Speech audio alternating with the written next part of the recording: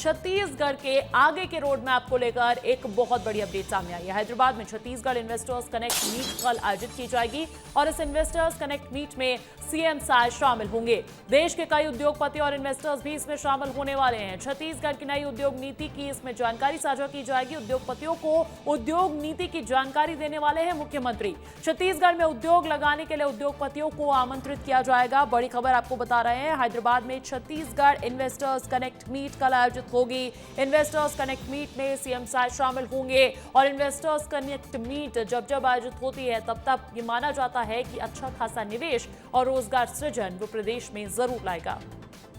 और देखिए, कल हैदराबाद में इन्वेस्टर समिट आयोजित होगी तो मुख्यमंत्री और उद्योग मंत्री भी इसमें शामिल होने वाले हैं। उद्योग मंत्री लखनलाल देवांगन का बयान सामने आ चुका है। उन्होंने कहा है कि कई आईटी, इलेक्ट्रॉनिक्स, फार्मा के सीईओ से चर्चा होगी। अब तक 8 लाख करोड़ का निवेश प्रस्ताव हो चुका है। धरातल में काम हो रहा है और उद्योग भी स्थापित हो रहे हैं। साथ ही उद्योग मंत्री लखनलाल देवांगन ने यह भी कहा कि बस्तर में टूरिज्म पर भी फोकस है सरकार का। 1-2 उद्योग वहां भी स्थापित हो रहे हैं। कल 12 तारीख को हैदराबाद में प्रदेश के यशस्वी मुख्यमंत्री माननीय विष्णुदेव साय जी के नेतृत्व में इन्वेस्टर समिट के कार्यक्रम हैदराबाद में रखा गया है, जिसमें खास करके आईटी, इलेक्ट्रॉनिक्स और फार्मा सेक्टर उनसे चर्चा और उनसे बातचीत करेंगे और छत्तीसगढ़ में निवेश करने का प्रस्ताव हम लोग आमंत्रित करेंगे।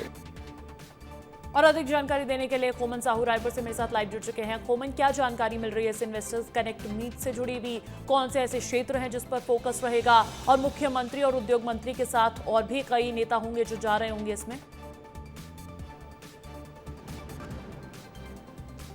देखिए अंजलि, अब तक अगर नई उद्योग नीति लाने के बाद सरकार के इन्वेस्ट की बात की जाए तो अलग अलग जो उद्योगपति हैं उन्होंने 8 लाख करोड़ का इन्वेस्ट छत्तीसगढ़ में किया है, क्योंकि इसके पहले बेंगलोर में, मुंबई में और राजधानी रायपुर में इस तरीके के इन्वेस्टर कनेक्ट मीट किया गया था, जिसपे उद्योगपतियों को आमंत्रित किया गया था। उस पर 8 लाख करोड़ का अब तक इन्वेस्टमेंट छत्तीसगढ़ को आ चुका है। अब छत्तीसगढ़ सरकार चाहती है कि अलग अलग इलाकों में जिस तरीके से बड़े बड़े फार्मा कंपनी आ रहे हैं, उसी तरीके से बस्तर में कैसे युवाओं को रोजगार दिया जाए, वहाँ उद्योगपतियों को कैसे रिझाया जा सके। यही कारण है कि जब हैदराबाद में कल इन्वेस्टर कनेक्ट मीट होगा, उस उद्योग मंत्री मौजूद रहेंगे, इसके अलावा मुख्यमंत्री विष्णुदेव साय मौजूद रहेंगे, तमाम जो उद्योग से जुड़े अधिकारी हैं छत्तीसगढ़ के वो मौजूद रहेंगे। नई उद्योग नीति लाने के बाद अंजलि, बहुत सारे ऐसे जो नियम, कायदा, कानून है उसको सरल किया गया है। इसी को लेकर जो प्रोजेक्ट बताया जाएगा हैदराबाद में, जो वहाँ के उद्योगपति है उनको आमंत्रित किया गया है इन्वेस्टर कनेक्ट मीट में।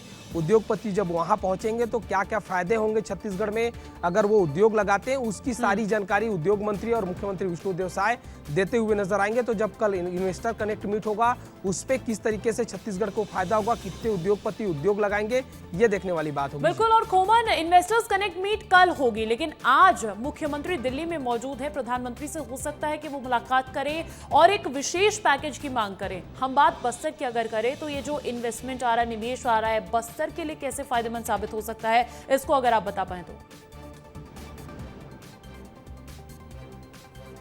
देखिए, बस्तर से नक्सलवाद खत्म हो गया अंजलि। ऐसे में बस्तर को कैसे विकास के रफ्तार से जोड़ा जा सके, यही कारण है कि आज नीति आयोग की जो बैठक हो रही है उस पे मुख्यमंत्री विशेष पैकेज की मांग कर सकते हैं। इसके अलावा चूंकि बस्तर में जो अलग अलग इलाके हैं, अंदरूनी इलाके, वहाँ तक सड़क कैसे पहुँचे, स्वास्थ्य सुविधा कैसे पहुँचे, वहाँ के लोगों को कैसे रोजगार मिले, इस ओर छत्तीसगढ़ सरकार काम कर रही है। और यही कारण है कि इन्वेस्टर कनेक्ट मीट जब होगा उसमें, इसके अलावा नीति आयोग की बैठक में इन्वेस्टर्स कनेक्ट मीट पर हैदराबाद में आयोजित होगा। इससे पहले जो आयोजित हुए उसमें भी हमने अच्छा खासा निवेश प्रदेश में आते हुए देखा और अब इसकी सफलता पर भी सबकी निगाहें टिकी रहेंगी। बहुत शुक्रिया खोमन, तमाम जानकारी हम तक पहुंचाने के लिए। खबरों में